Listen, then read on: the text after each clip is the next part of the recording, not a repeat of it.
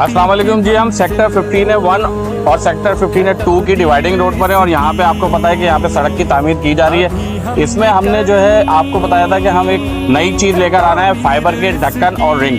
मैं आपको दिखाता हूँ, ये फाइबर के ढक्कन है। ये पूरे कराची में ऐसे कोई ढक्कन नहीं है। ये इसका वेट देखा जाए तो आसानी से, और इसको आप जितना मर्जी आप फेंकें ये टूटेगा नहीं। इस पर आप जितना मर्जी आप बदल चला लें, ये बिल्कुल एक सॉलिड चीज़ है, फाइबर की चीज़ है। और ये कराची में पहली दफ़ा नॉर्थ नाज़िमाबाद टाउन जो है इसको लगा रहा है। इसी तरह का इसका ये रिंग है।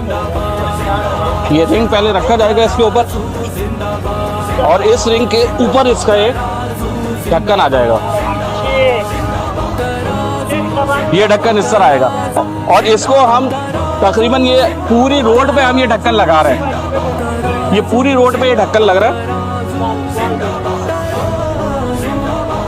ये यहाँ पे जो है काम शुरू कर दिया है हमने। ये लेबर हमारी काम करना शुरू हो गई है इस पर। और ये तमाम पूरी रोड पे इसी तरह के फाइबर के ढक्कन लगेंगे। ये वो ढक्कन है जिसकी मैं बात कर रहा था, फाइबर का। और ये हमने यहाँ पे रिंग लगाया हुआ है।